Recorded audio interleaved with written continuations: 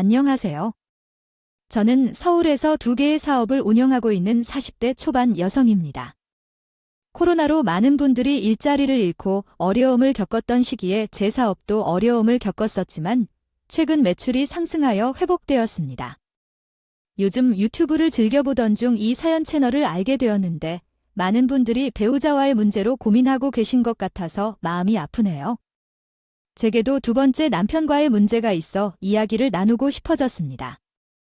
전남도 끝에 작은 섬에서 태어나 자란 제 이야기를 몇 자 적어보겠습니다.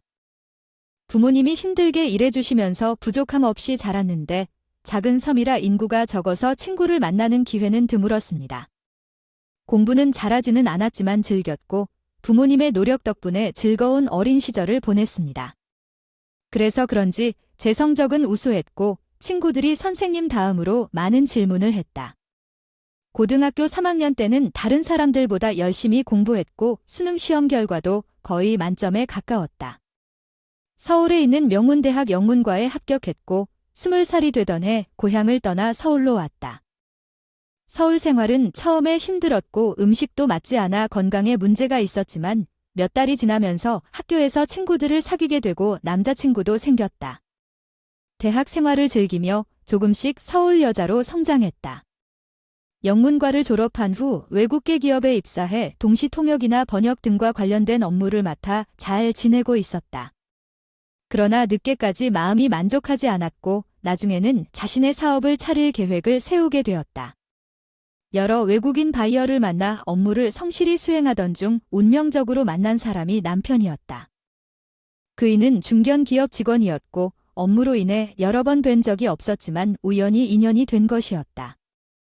개인적으로 만나고 싶다고 연락을 해 오더라고요. 저는 남자를 볼 때 착한 인상과 성실함을 보는데 그이는 2가지에 모두 해당되어서 만나보자는 부탁을 들어주게 되었답니다. 그렇게 저희는 자연스럽게 연인이 되었고 3년 뒤에 결혼을 하게 되었어요. 만제도에 계신 부모님은 이제 달 걱정을 해도 되지 않아도 되겠다며 매우 기뻐하셨죠. 한편 제가 만난 시어머니는 조금 불편했습니다. 시어머니는 남편의 유일한 가족이었는데 아들에 대한 자부심이 굉장히 컸답니다. 가만히 있는 저에게 남편보다 좋은 직장을 다닌다고 무시하면 가만두지 않겠다고 기선제압을 하시더라고요. 네가 물이 잘났어도 남편 그늘 아래 사는 아내 불과해. 너도 알겠지만 우리 태경이 정도면 남자를 진짜 잘 만난 거다. 그러니까 바쁘다는 핑계로 내조를 게을리하지 말거라. 이 시어머니한테 도 잘하는 며느리가 되어야 하고. 네 어머님 당연하죠. 태경씨. 좋은 사람인 건 누구보다 제가 잘 압니다. 그리고 시어머님께 잘하는 며느리가 될 테니까. 염려 마세요. 그리고 결혼 생활하며 시댁에 자주 찾아갔어요. 물론 빈손으로 가지 않고 항상 양손에 선물을 바리바리 싸들고 갔죠. 저는 세상 며느리들이 다 그렇게 해야 되면 줄 알았답니다. 그런데 시어머니와 신오니까 요구하는 게 점점 늘어가더라고요. 그이는 중견 기업 직원이었고 업무로 인해 여러 번 뵌 적이 없었지만 우연히 인연이 된 것이었다. 네, 우리 집 냉장고가 자주 고장나서 교체하고 싶어서 고민하던 중 고민 끝에 냉장고를 새로 사주기로 결심했어요. 처음에는 고장이 나서 수리만 하면 몇 년은 괜찮을 것 같다며 수리를 제안했었지만 결국에는 새로 살 것이라고 말씀드렸죠. 그리고 새로 사달라는 표현을 멈추지 않는 시어머니에게는 반발하며 남편에게 이야기했어요. 또니요, 참내머니의 요구가 너무 과한 것 같아서 표현이 말이 되지 않아서요. 이런 식으로 계속해서 요구하실 때마다 상황을 고민하고 대처해야 했어요. 저는 수줍은 비밀에 숨이 막힐 것 같아요. 저희도 돈을 모아야 할 것 같아요. 당신이 중재해주면 안 될까요? 그렇게 말하니 남편은 당신은 수백을 너무 남처럼 말하지 않아 아쉽네요. 그런 부탁을 한 적이 있나요? 엄마가 사쇼를 보면 얼마나 좋을까요? 그렇게 하자고 하지 말고 소파 하나 새로 새겨주는 게 어때요? 그 말을 무시하니까 좀 그럴 수 없다고 말하더군요. 그래서 반발을 하고 남편과 처음 싸움을 했어요. 당신이 우리에게 착한 일을 해주신 적 있나요? 아무것도 없잖아요. 용돈은 내가 다 주는 거라고 생각하셨나요? 제 처가집이 멀리 떨어져 있어서 그런 게 아니라면 가까이 있었다면 우리 부모님과 똑같아졌을 거라고 생각하나요? 왜 용돈을 많이 주느냐고 물으셔도 그 의미를 모르겠다면 직접 만나서 돈 봉투를 드려야 진짜 맞는 말을 하더군요. 그럼 당신께서 우리 인간으로 취급해주지 않나요? 왜 내 돈으로 시댁 살림 가구를 지원해야 하는지요? 이런 말을 듣고 있으니 얼굴이 붉어지고 막말이 목에 걸리네요. 관절을 사드리라며 우격다짐을 하는데 그 말이 아니라도 사드리면 안 되겠어요. 며느리는 원래 그렇게 하는 거 아니죠? 다른 집 며느리들을 보세요. 현대시대에는 시부모를 보시고 나들이 다니는 게 보통이죠. 그런데 당신은 어떻게 그런 일을 베풀어 쓸 수 있나요? 그래서 그런 게 되어야 해요. 정말 어처구니 없는 얘기에 관념이 막힙니다. 대답하지 않았습니다. 제가 몸에서 떼내지 못해 돈이라도 내라는 말은 강요로 들리지 않았어요. 그 사건으로 몇 번이나 남편과 다투었지만 끝까지 지갑을 열지 않았습니다. 그런데 며칠 후 아버지께서 바다로 어로에 나가셨다가 배가 전복되어 사고로 돌아가셨다는 연락을 받았어요. 저와 남편은 부부싸움 중이었지만 큰 사고를 겪어 모두 잊고 오직 아버지에 대한 슬픔을 나누며 머물러야 했어요. 여보, 장인님 좋은 곳으로 가셨을 거예요. 그렇게 울면 장례식장에 도착하기 전에 쓰러질 거예요. 그러니까 기운을 아끼는 게 좋겠어요. 저는 서울에서 아버지의 부고 소식을 들었을 때부터 끝없이 눈물이 흘러 몸과 마음이 많이 피곤해졌어요. 남편 말대로 기운을 차리고 장례를 치러야 하는데 배 안에서 거의 쓰러질 뻔했어요. 이제 그만 울도록 할게요. 그런데 당신 뭐 이미 안 나요? 도시 사람이 배를 타면 많이 힘들어하는데 당신은 괜찮은 거예요. 물론 힘들겠지만 당신만큼 힘들어할게요. 난 신경 쓰지 말고 당신 마음에 집중하세요. 억지로 멀미를 참는 것 같았습니다. 속이 심하게 울렁거려 있는지 이를 악물고 조용히 말하더라고요. 그래도 이런 고생을 참고 제 곁을 지켜주는 남편이 있는 것은 정말 다행스러웠습니다.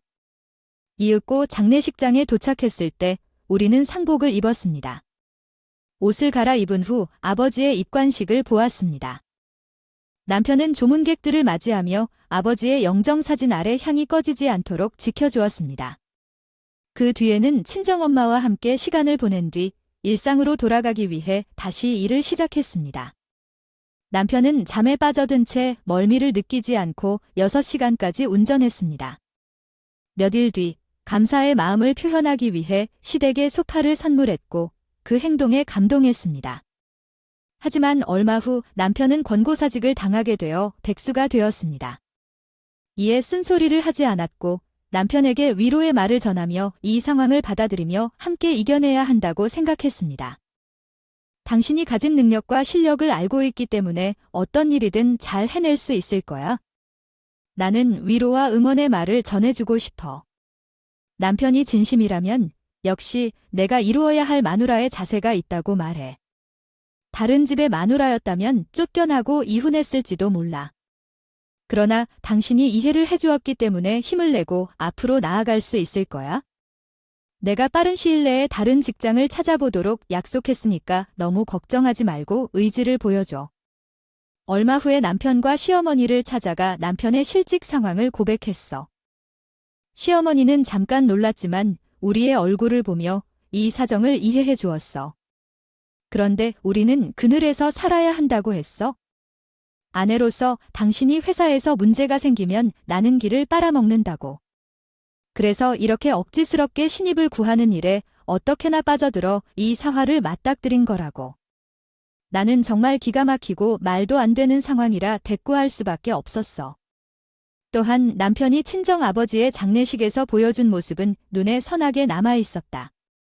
하지만 그 이후로 남편은 어렵게 취직할 수 없었어.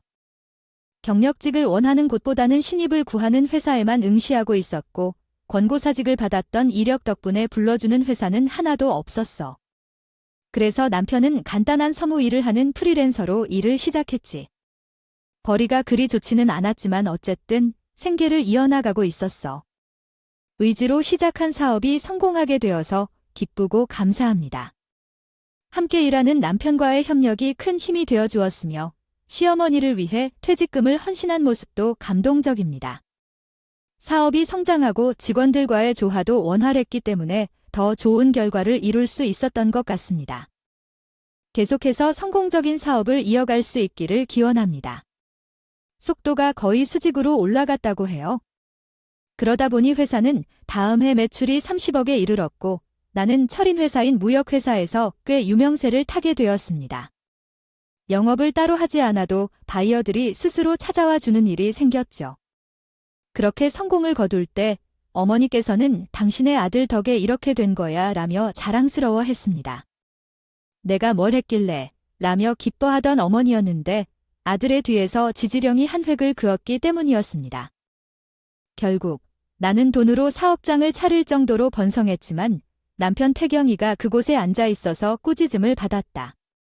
하지만 그것은 내 말을 알아듣지 못한 것이었다. 결국 여자 사람이라면 남편을 칭찬하겠지만 나는 그것이 아들의 덕분이라는 것을 알았다. 그래서 시어머니의 말을 따라 부정하며 대답했지만 사업이 잘 풀리자 더 큰 것을 원하기 시작했다. 사업을 확장하기로 결심했고 우리나라에서는 다양한 물건을 수출할 수 있어 욕심을 내 모르겠었어요. 그래서 사업장을 한 곳 더 차릴 결심을 했습니다. 그리고 차리게 된 신규 경기도 사업장은 내가 이끌어가야 할 곳이다. 어떻게든 여기서 성공을 거두면 당신이 서울에서 지원을 해줘. 당신은 일을 잘 처리하고 직원을 잘 관리해주기만 하면 돼. 잘하면 찬미를 많이 받을 거야. 고마워. 하며 태경에게 떠날게요. 후배들과 함께 경기도로 내려가 스스로 사업을 운영하기 시작했습니다. 처음에는 자리를 잡는 데 시간이 걸려서 주중에는 사무실에서 일하고 주말에야 집으로 돌아가 남편을 만나야 했어요. 1년 동안 2개의 사업장을 성공적으로 운영했고 이제는 수익을 쌓는 일만 남았습니다. 물론 더 큰 사업을 시작하는 것이 새로운 목표이지만 당장은 현재의 사업을 유지하기로 했습니다. 일이 바쁘기 때문에 시부모를 거의 찾아가지 못했고 먼 친정을 방문할 여력도 없었습니다. 그래서 자주 전화로 소식을 전하고 용돈을 보내며 대신하는 것으로 만족했습니다. 한편 남편은 시댁을 자주 찾아가며 가족 효도를 하고 있었습니다. 수입이 떨어지면서 시부모에게 선물과 용돈을 많이 주려는 모습을 보여주고 있었죠. 남편의 말처럼 친정이 가까워서 좋았으면 남편이 더 잘할 것 같은 아쉬움이 들기도 했습니다. 그래서 어느 날 친정어머니에게 서울로 놀러 오시면 전원주택을 마련해드리고 편안히 지내실 수 있도록 설득했지만 친정어머니는 고향을 떠나는 것이 쉽지 않다며 거절했습니다. 그런데 어느 날 시어머니가 등산 중 다리를 다쳐서 우리 집으로 오게 되었어요. 거동이 불편해서 혼자 있는 것보다는 우리와 함께 있는 게 더 편안하다고 느껴진 것 같아요. 그래서 나는 회사를 나와 간단한 보고를 받은 뒤에 집으로 돌아와 시어머니를 정성껏 돌봤어요. 밥을 챙겨주고 산책을 시켜주며 말을 걸어주는 것이 전부였지만 그러한 며느리 역할을 충실히 수행하여 한 달 동안 시어머니와 함께 보냈어요. 다행히 시어머니는 건강해져서 다시 시골로 돌아가셨고 잠시 후에는 친정어머니가 병에 걸렸다는 소식을 듣게 되었습니다. 가까운 외삼촌으로부터 연락을 받았어요. 어머니는 며칠 전에 물건을 챙기러 나가다가 길에서 넘어져 허리를 다치셨다고 해요. 아주 심각한 부상은 아니지만 일부 동작을 제한하고 수술이 필요하지 않지만 몇 달 동안 휴식이 필요하다는 조언이 있었어요. 어머니의 회복이 오래 걸릴 듯한 상황이었기 때문에 얼른 친정에 내려가야겠다는 생각이 들었습니다. 그래서 남편에게 상황을 설명하고 함께 친정에 가자고 제안했어요. 한동안 친정에 갈 기회가 없었는데 어떠니? 이번에 2주 정도 가는 건 어떨까, 준아? 그러나 내가 없으면 회사가 어떻게 될까 걱정이 되지만 직원들이 잘해줄 거야. 잠시 자리를 비워도 회사가 망할 일은 없으니까 친정에 가보자. 그런데 얘기가 있어. 사실 너무 멀리 가면 배멀미가 너무 심해 죽을 것 같았어. 그때는 내게 내 속사정을 말하지 못했지만 서울에 돌아와도 멀미가 해소되지 않아서 고생을 했어. 그 이해가 가기 쉽지 않았어. 많이 힘들 것 같아. 하지만 그래도 친정에 한 번은 가봐야 할 것 같아. 엄마를 보러 가는 것도 거의 2년이 다 되어 가는데 내가 함께 오면 좋을 텐데. 게다가 시어머님도 올 예정이고 양가 부모님 똑같이 마주치면 좋을 텐데. 나도 그렇게 생각하지만 이번에 아니라면 다음에 가면 안 될까? 너무 멀리 가는 것은 힘들 것 같아. 요즘 일도 힘들어서 제대로 쉬지 못했다고. 그래서 절은 큰 실망을 하고 남편에게 볼멘 소리를 시작했어. 너무 이기적인 건 아니겠지? 시어머니가 무리면 언제든지 달려가서 사는데도 바쁘지 않아. 게다가 갖고 싶은 것 다 샀다고 하며 퇴직금도 모두 소비하면서 친정어머니 병문안 가자고 하는데 너 양신 어쩌니? 컨디션을 먼저 생각하는 건 너무 힘들어. 아니 배멀미 아는 사람이 6시간 넘게 배를 타는 건 정말 쉽지 않아. 나도 장모님이 가까이 계시면 사위 노릇을 할 도날 치야 하는데 상황이 다른데. 다음에 꼭 같이 가야 하니까 이번에는 당신 혼자 다녀오면 안 돼. 하지만 나는 제가 시어머니께 한 것과 똑같이 했으면 좋겠다고 소리를 높였다. 이런 식으로 나오면 솔직히 말해서 당신이 누구 덕에 여기서 편안히 생활하고 어머님에게 효도할 수 있었던 건데. 따지고 보면 다 내 덕이지. 안드레야, 더 이상 말하지 마. 그런 사소한 이유로 병문안에 못 간다고 하는 게 너무 실례. 뭐, 말이 좀 심한 거 같네? 누가 들으면 내가 회사에서 논다고 생각할지도 몰라. 나도 열심히 일은 했단 말야.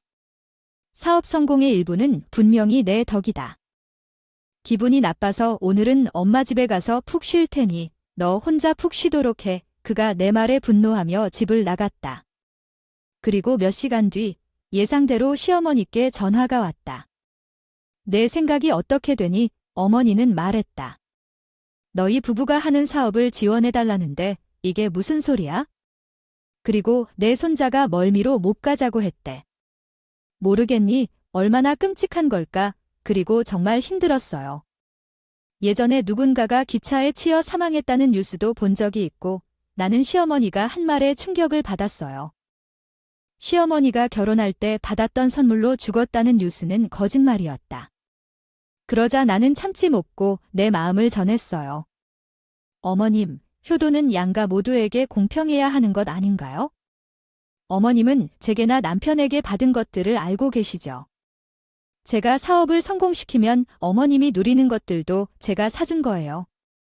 그러니까 이건 제가 잘못한 게 아니랍니다. 그 말에 시어머니는 화가 났다. 너는 미쳤구나. 너무 오만해. 그러나 나는 억지로 지키자라는 말이 나오길 기대했지만 시어머니는 머리를 돌리고 내게 등을 돌렸어요. 물론 내가 감정을 좀 더 이끌려서 수습할 수 없는 말을 한 것도 있었지만 시어머니는 항상 자기 잘못을 인정하지 않고 남편의 행동을 옹호하는 것을 이해하지 못해서 정말 속상했어요. 그래서 결국 분노를 긁고 혼자 친정에 가기로 했어요. 목포까지 열차를 타고 배를 타고 6시간이 걸렸어요. 늦은 밤에 친정집에 도착했지만 엄마는 폐렴으로 인해 계속해서 침대에 누워 있었어요. 엄마가 나를 보자 환영해 주더군요. 아, 얼마만이야. 거의 2년 정도였지? 하지만 왜 혼자 왔어? 남편은 무슨 사정이 있나? 그래서 결국 그 회사를 함께 비우는 게 곤란하다고 말한 사람은 사무실을 지켰지만 김사방이 어머니에게 용돈으로 황금 봉투를 줬어요.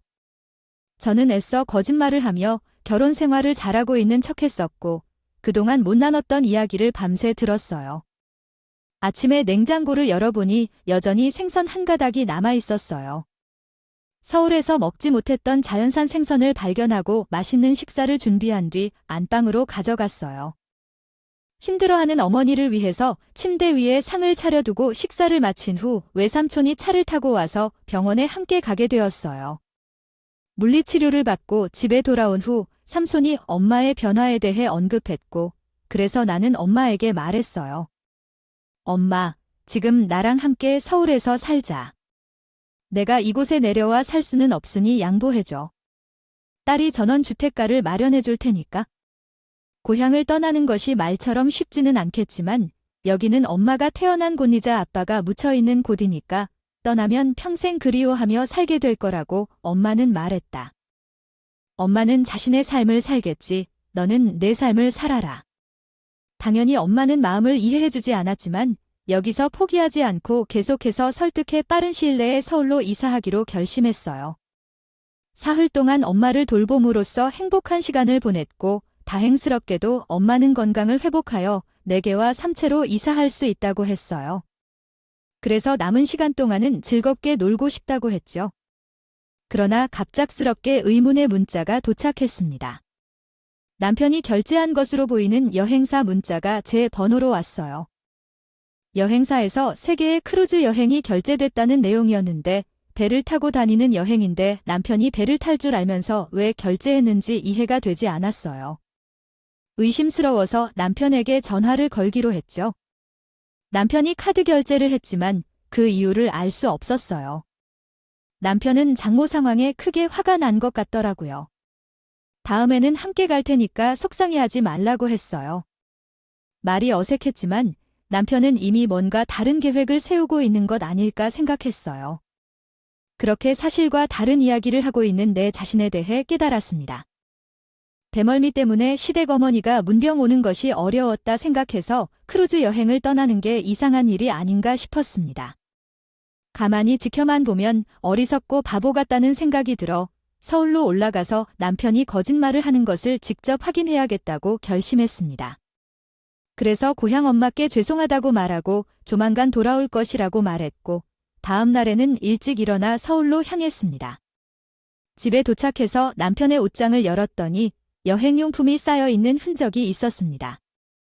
여행용품과 남편의 사라진 모습을 보고 크루즈 여행을 떠났다는 사실은 분명했습니다. 그래도 혹시나 해서 남편이 일하는 사무실로 향했습니다. 사무실에 들어서니 직원들이 모두 기색을 감추며 인사를 했고 내가 잘 일했냐는 물음에 대답했습니다. 그리고 남편의 자리가 비어 있었습니다. 나루라는 직원에게 물었더니 김 이사는 거래처 사람을 만나러 외근을 나가셨습니다. 오늘은 돌아오지 않을 겁니다. 라고 대답했습니다. 대표님의 직원들이 남편의 비밀을 감추려는 모습을 보고 어디 가셨는지 알려주세요. 제가 모르는 거래처는 없을 텐데 말해주세요. 라고 물었습니다. 그래서 교회의 박 과장님, 여러분 대표님이 이리 나와 계셔요. 거짓말을 하지 마세요. 그게 좋겠어요. 그래서 박 과장님은 체념한 표정으로 말씀을 시작하셨어요. 알겠어요, 대표님님. 2주 전에 여행을 떠났다고 하셨어요. 약 10일 정도 걸릴 거라고 하셨습니다. 아까 말한 것들 죄송하다고 하고 누군가 대표님을 찾으면 거래처 핑계를 대라고 하셔서 분노가 치솟았고 남편을 용서하지 않기로 다짐했습니다. 그분이 거짓말을 한다면 여러 차례 할 거라고 직감했어요. 그래서 그동안 회사에서 뭐 했는지 상황을 알아보기로 했습니다. 박 과장님, 그럼 브리핑 좀 받을 수 있을까요? 현재 매출 상황과 거래처 수출 상황에 대해 조사해 주세요. 10분이면 충분할 거예요. 제 말이 끝나자 발끝에 불똥이 떨어진 것처럼 직원들이 바쁘게 움직였고 급하게 브리핑 준비를 시작했습니다. 마침내 매출 상황과 이윤을 발표했는데 어딘가 이상한 부분이 있었습니다. 수익 구조에 모르는 회사가 섞여 있었어요. 잠깐, 그 회사는 뭐예요? 우리 직접 수입하고 수출하는 곳에 중개회사가 섞여 있네요. 그거에 대해 설명해 주세요. 그래, 그러니까 대표님 말을 더듬어 말 말고 제대로 말씀해 주세요. 그런 식으로 물으니까 박 과장님이 사실을 털어놓기 시작했습니다. 실은 이 회사는 존재하지 않는 회사입니다. 유령 회사죠. 이사님은 중간에 끼워 놓으셨어요. 우리는 늘 시키는 대로 한 죄밖에 없습니다. 대표님, 여기서 더욱더 큰 분노가 솟구친 저는 박 과장에게 소리를 질러 회사 문서를 다 가져와 보고하라고 일렀습니다. 그리고 씨 껍데기를 벗겨서 보니 남편은 유령 회사를 만들어 이익을 챙겨 먹은 건 기본이었고 하청 업체로부터 뇌물도 받았다는 것이 드러났어요. 매출이 유지되고 있어 제가 별다른 의심을 하지 않아 이 사태가 난 거죠. 저는 모든 것을 바로잡기 위해 변호사를 고용했고 남편이 저지른 횡령과 배임, 뇌물수수죄에 대한 문서를 작성했습니다. 결과적으로 남편은 제 사업장에서 많은 돈을 훔쳐먹었고 하청업체로부터 받은 뇌물까지 챙겨서 큰 돈을 가져간 거예요. 회사를 망치게 내버려둔 것 역시 제 잘못이지만 남편의 잘못은 용서할 수 없어요. 그는 제 친정 다녀오는 기간에 크루즈 여행을 떠났었지요. 그래서 이혼 소장과 회사 횡령, 뇌물수수죄로 고소장을 제출했습니다. 이런 사람과 수년을 같이 살았다는 것이 치욕스러웠죠. 그래서 부동산 에이전트에 연락해 제 집을 팔아버리고 새 아파트를 구해 이사를 했어요. 이렇게 해서 끝냈어요. 마지막으로 남편에게 전화를 걸어봤어요. 거짓말을 계속하는 것이 언제까지인지 듣기로 했어요. 회사에서 정말 바쁘다며, 아니 걱정하지 마세요. 저희 직원들을 시켜서 일을 잘 처리하고 있으니까요. 장모님과 좋은 시간 보내고 돌아오라는데 핸드폰 너머로 바다소리가 명확하게 들렸어요. 끝까지 뻔뻔하게 거짓말을 하는 일을 확인하고 나니 이번 결정이 정말 잘한 것 같았습니다. 그리고 몇 일이 지난 후 남편이 시어머니와 여행해서 돌아왔는데 전화가 왔어요. 우리 집에 대체 무슨 일이 일어난 거야? 아니면 다른 사람들이 이사 온 거야? 라고 물었습니다. 아, 그걸 이제서야 알아. 퇴근하고 집에 가지 않았는데 뭐를 했길래요? 크루즈 여행이 문제 없었나 보네요. 10일간 즐거웠겠죠? 시험머리도 정리하고 오셔서 좋으시겠다 호호 저를 알고 있었어요. 미안해요. 이게 중요한 게 아니라 이게 다 무슨 짓인지 모르겠는데 우리 집은 어디로 이사한 거야? 하고 물었습니다. 그러자 저는 깔깔거리며 웃었습니다. 아직도 상황 파악을 못하고 있는 남편이 정말 한심하다고 생각했어요. 인간아, 효도하려고 내 사업장의 돈을 횡령하고 뇌물을 받았는데 이렇게 무사할 줄 알았냐? 이젠 끝이야. 이혼 소장을 수령하고 고소장은 시댁으로 가서 확인해봐. 그리고 너와 나는 법정에서 보는 게 마지막이야. 무슨 말인지 이해돼? 네 인생 여기서 끝장을 내주겠다는 거야? 왜 그래 장모님 말대로 안 갔다고 이렇게 나오는 거야? 내가 잘못했어. 그러니까 이혼과 나 고소는 하지 말자. 상황을 파악하지 못한 것 같아. 너 지금 그러고 있을 시간이 없어. 빨리 변호사 선임해서 준비해야 돼. 내 돈 다 갚으려면 어마어마하게 힘써야 할 거야. 어쨌든 알아서 잘 해봐. 그렇게 전화를 끊어버리자. 이번에는 시어머니한테 전화가 오는군요. 아무래도 이혼 소장과 고소장을 받아본 모양입니다. 새아까, 이게 다 뭐야? 이혼 소장이라니 뭔가 잘못된 것 같아. 이렇게 다가 고소장은 또 뭐야? 이 노인, 내가 뭘 알겠냐? 많은 삼기. 네가 많이 화가 난 것 같구나. 우리 오해가 있다면 태화로 풀어보는 게 어떻겠니? 어머님, 고소장을 받으니까 바로 태도가 변하시네요. 언제는 아들 덕분에 제가 먹고 사는 거라고 하시더니 마음이 바뀌기까지 하신 거예요. 그게 무슨 소리냐? 난 항상 색이 너에게 감사하는 마음으로 지내고 있었어. 내 아들이 색이 너 아니었으면 이렇게까지 출세를 했겠냐? 그러니까 마음 풀고 우리 만나도록 하자. 내가 그리로 갈까? 아니요, 곧 만날 거예요. 법원에서 말이죠. 그러니까 잘난 아들과 팔짱 끼고 오시도록 하세요. 저는 비웃는 웃음소리를 들려주고 바로 전화를 끊었습니다. 이튿날 남편과 시어머니가 서울 사업장으로 찾아왔어요. 남편은 제명이 되어서 출입이 불가했는데 경비 아저씨가 실수로 들여보냈다고 해서요. 뭐해요? 두 사람 여긴 이제 올 일이 없을 텐데 제 말이 끝나기도 전에 남편이 무릎을 꿇었어요. 그리고 두 손을 발이 되도록 싹싹 비벼가며 여보 미안해. 내가 욕심이 나서 그랬어. 그리고 크루즈 여행은 엄마가 버킷리스트라고 해서 다녀온 거야? 내가 장모님을 등한시한 거 사과할게. 앞으로는 사위 노래 톡톡히 할 테니까 한 번만 봐주세요. 즐겨버라니 싫어. 다른 마누라 했으면 봐주고 넘어갈 수도 있겠지? 하지만 나는 다르니까 한 번 돌아서면 그걸로 끝이라고. 그러니까 괜히 힘 빼지 말고 변호사나 선임해. 제 마음이 돌아서지 않는 걸 확인한 시어머니가 남편 옆에 다정하게 무릎을 꿇었어요. 아가, 부탁해. 이닦고 소를 취해줄 수도 없겠니? 내 남편이 바람을 피운 것도 아니고 널 괴롭힌 것도 아니잖아. 이런 일은 가족끼리 눈 감고 넘어갈 일이 아니니? 그 선이. 이 노인네를 봐도 한 번만 용서해주면 안 돼. 그렇게 기세등등하던 시험이 어리는 온데간데 없었고 비굴하고 변명만 잔뜩 늘어놓는 시어머니만 남아있었네요. 자산가지한 혀는 죄 아니에요. 친정어를 무시해서 그 가치를 지불해야 돼 열흘 동안 크루즈 여행하면서는 그 상태를 예상 못했을 테지만 시작은 항상 행동에 대한 책임을 져야 하지 누는 삶을 바꿔줄 테니까 지금 여기서 꺼져줘. 박 과장 경비 불러 이들을 쫓아내. 결국 시어머니와 남편은 직원들 앞에서 수치를 당하고 경비에게 끌려나갔다. 3주 뒤 재판이 열렸는데 남편은 그동안 회사에서 훔친 돈을 다 뱉어야 했고 벌금을 내야 했다. 이혼 판결에서는 시어머니한테 줬던 돈과 위자료를 다 받았어. 내가 사업하는 사람으로서는 손해보지 않게 끝났어. 그렇지만 남편과 시어머니는 금방 도둑이 되어버렸다. 위자료와 손해배상금을 지불해야 했기 때문에 시댁을 팔고 변두리 원룸으로 이사했어. 하지만 앞으로도 빚을 갚아야 했기에 시험 어린 식당에서 일했고 남편은 신용불량자라 일용직으로 막리를 했어. 그렇게 바보로 여긴 시모와 남편에게 교훈을 주고 막을 내렸어. 마침내 제 꿈이었던 친정어를 서울로 불러와서 같이 살게 됐어. 그래서 지금은 전원주택을 마련해 엄마와 둘이 잘 살고 있어요.